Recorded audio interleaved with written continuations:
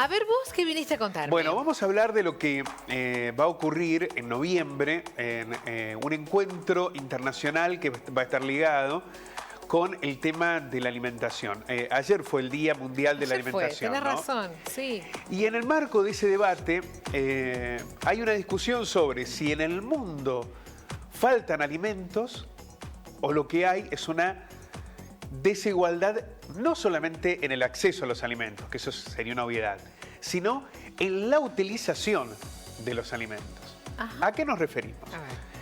Hay un alto porcentaje de los alimentos que se generan en el mundo que se desperdician, se tiran, se eliminan. Ya sea porque se desechan.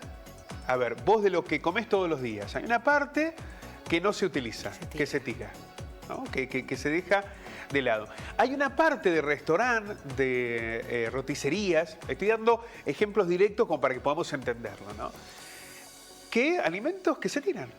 Sí, muchísimo. Muchísimo. Hay una parte de las verduras, por ejemplo, de las frutas y verduras que no se venden y que se van perdiendo en la calidad, porque van perdiendo la maduración y demás. Sí, ¿y qué pasa? ¿verdad? Se tiran. Bueno, fíjate que hay bancos de alimentos en muchos lugares que utilizan toda esa comida que sobra en los restaurantes. Y hay una tendencia que no está ligada con la pobreza. En muchos sectores es parte del fenómeno millennial que hasta van en busca de esos alimentos. Claro. Y no por un problema social, digamos, de no poder acceder, sino porque ven allí que hay una enorme cantidad de alimentos que en el mundo se tiran. ¿Cómo reestructurar ese proceso para que aquellos que... ¿Qué implica? Digamos, yo di ejemplos cotidianos de familias o de personas que no tienen la voluntad de derrochar. Que no es que compran mucho para tirar, sino que es parte de la dinámica, de las consecuencias de la vida cotidiana. Ahora, sí hay muchos lugares donde se compra mucho y se tira. Claro. Lugares donde la comida sobra, incluso a costa de muchas familias que no acceden a los alimentos. Entonces, lo que está planteando la FAO es, acá hay un problema no de producción de alimentos, sino de distribución acceso a esos alimentos. Y esa discusión es la que hoy se plantea en el mundo, porque vos decís, bueno, ¿qué es lo que estamos necesitando? Generar más alimento, más producción, más intensivo, más la semilla transgénica, lo que usted quiera, ¿no? Dimensionar un aspecto de producción que eleve los volúmenes. Bueno, es una discusión. ¿Es eso lo que se necesita hoy? ¿Intensificar la producción de alimentos o generar una adecuada distribución de esos alimentos? Y sobre todo, de no perder los alimentos ya generados. Son millones y millones de toneladas que se desperdician en el mundo.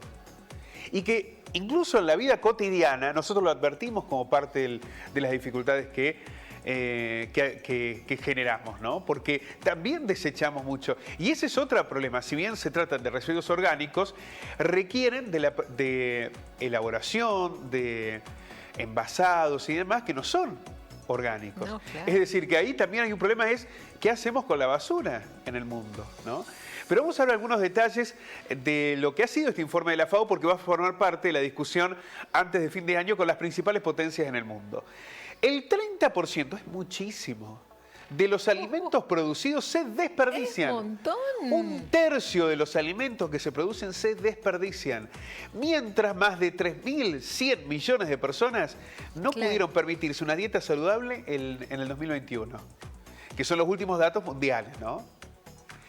La organización Manos Unidas advirtió que 735 millones de personas mueren de hambre en el mundo. Mientras hay un tercio de los alimentos que ya se producen, no es que tenemos que salir a buscarlo o producirlo, ya se producen, se desperdician, hay más de 700 millones de personas en el mundo que padecen hambre.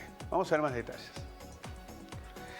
Más del 13% de los alimentos producidos a nivel mundial se pierden en la cadena de suministro, después de la cosecha y antes de la venta al por menor. Es decir, después de la cosecha hay un 13% que se va perdiendo, ¿no? De los alimentos. Puede ser en el transporte, puede ser que queden en los sectores del campo, pero se pierden. Y también antes de la venta al por menor, es decir, en el traslado de la tierra hasta la góndola, para decirlo en un término, ahí se va perdiendo ese 13%. Otro 17% se desperdicia en los hogares, en los servicios alimentarios. Acá aparecen todo, ¿no? Los comedores, los restaurantes y demás. Y en la venta al por menor, es decir, vos pensás la comida para 2 personas, sobre esa comida para 4, sobre esa comida se pierde. Vos pensás vender determinada cantidad de productos, esos productos no se venden, se pierden. Claro, uno siempre se pregunta, ¿qué hace por ejemplo una verdulería? Bueno, que no se vende a veces las frutas, cosas claro, se van perdiendo, se van poniendo feas y se pierden. Se tira. Como no se vendió en su momento, se pierden. En las roticerías, muchos casos, ¿no? En los restaurantes, en muchos casos. Hay otros que le van buscando la vuelta, lo entregan a comedores comunitarios, ¿ya? Pero se va perdiendo un montón de alimentos. 1/3 de los alimentos que se producen se pierden. O ya sea en el intermedio entre la cadena de producción y venta, o finalmente en los procesos de consumo y venta, ¿no? Pero ahí se pierde 1/3 de esa mercadería. Millones de personas en todo el mundo están desnutridas. Porque acá el problema no es solamente el no acceder al alimento, sino el mal acceso a esa alimentación. Sí. Es decir, no tener una dieta saludable. Y el mundo está muy lejos de alcanzar la mayoría de los objetivos de nutrición acordados. 3.100 millones de personas pudieron permitirse una dieta saludable, permitirse una dieta saludable en el 2021. Estamos hablando de casi el 40% de la población mundial que no tiene una dieta saludable. ¿Esto qué implica? Bueno, son malas condiciones de salud, ¿no? Después esto impacta en la salud de cada una de estas personas. Porque eso, fíjate que se está hablando tanto de la malnutrición. La desnutrición es un problema, pero la malnutrición es gravísimo. Gravísimo. ¿No? Que en algunos casos esa malnutrición no está ligada directamente con el no acceso a los alimentos, sino que también con lo que implican estas sociedades de consumo, digamos. Vos vas a un colegio y a los chicos no les ofrecen verduras o frutas. Claro. Les ofrecen golosinas, les ofrecen hamburguesas y demás, ¿no? Y esto uno lo podría trasladar también a la publicidad, a cuáles son las opciones. Si nosotros mismos vamos a un restaurante, a un free shop o a lo que fuera, ¿qué es lo que te ofrecen? ¿Qué es lo que te ponen a disposición? Cuando vos entrás a un kiosco, ¿cuáles son los carteles que te promocionan? Te promocionan la verdura, la fruta, las producciones saludables.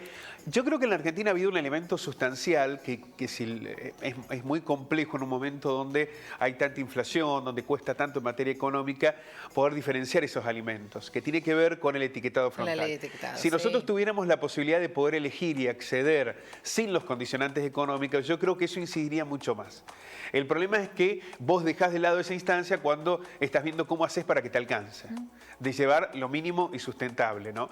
Pero ahí aparece un elemento, por lo menos nos da información sobre cómo acceder a una alimentación sana.